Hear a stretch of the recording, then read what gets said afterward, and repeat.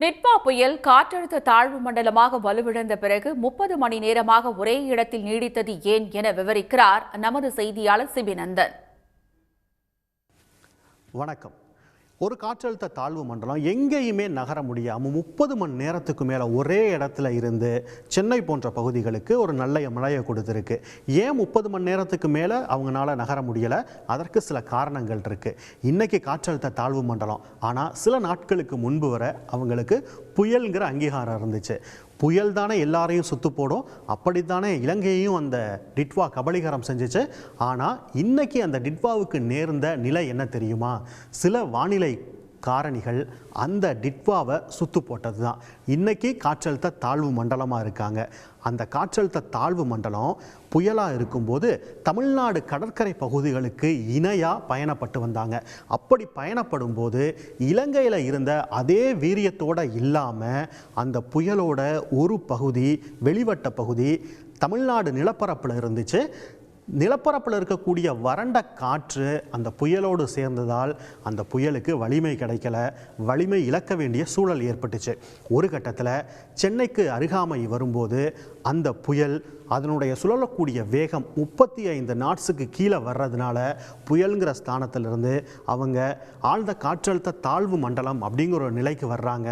அந்த காற்றழுத்த தாழ்வு மண்டலம் சென்னை கடற்கரைக்கு அருகில் இருக்கும்போது 2 முக்கியமான வானிலை காரணம். ஒன்று வெஸ்ட்லி டஃப், மேற்கு திசையிலேருந்து வரக்கூடிய அந்த காற்றோட்டம் இந்த காற்றழுத்த தாழ்வு மண்டலத்தை கிழக்கு திசையை நோக்கி தள்ளக்கூடிய ஒரு வானிலை நிகழ்வு நடக்குது.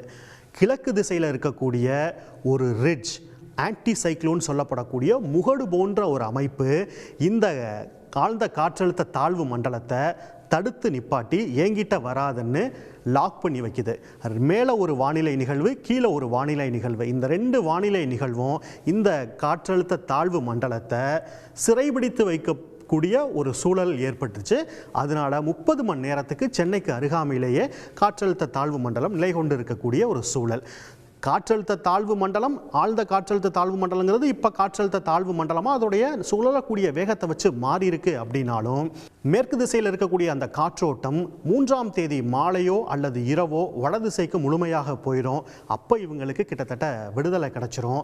ஆக 3ஆம் தேதி காலைக்கு பிறகு அவங்களுடைய பயணம் அப்படிங்கிறது தமிழ்நாட்டோட தெற்கு பகுதியை நோக்கி, அதாவது சென்னைக்கு தெற்கு பகுதின்னு எடுத்துக்கலாம், மாமல்லபுரம், கல்பாக்கம் இதை நோக்கி வரக்கூடும். அந்த சூழலில் காற்றழுத்த தாழ்வு மண்டலம் மேலும் வலுவிழந்து ஒரு காற்றழுத்த தாழ்வு பகுதியாக கரையோட கலக்குதா அல்லது காற்றழுத்த தாழ்வு மண்டலமாகவே அது கரைக்கு வருதா அப்படிங்கிறத நம்ம பொறுத்து இருந்து பார்க்கலாம். ஒட்டு மொத்தமாக புயல் சுத்து போடலை, அந்த புயலைத்தான் 2 வானிலை காரணங்கள் சுத்து போட்டு சென்னைக்கு மழையை கொடுத்துருக்கு. உடனுக்குடன் செய்திகளை தெரிந்து கொள்ள சன் நியூஸ் பெல் ஐகானை கிளிக் பண்ணுங்க.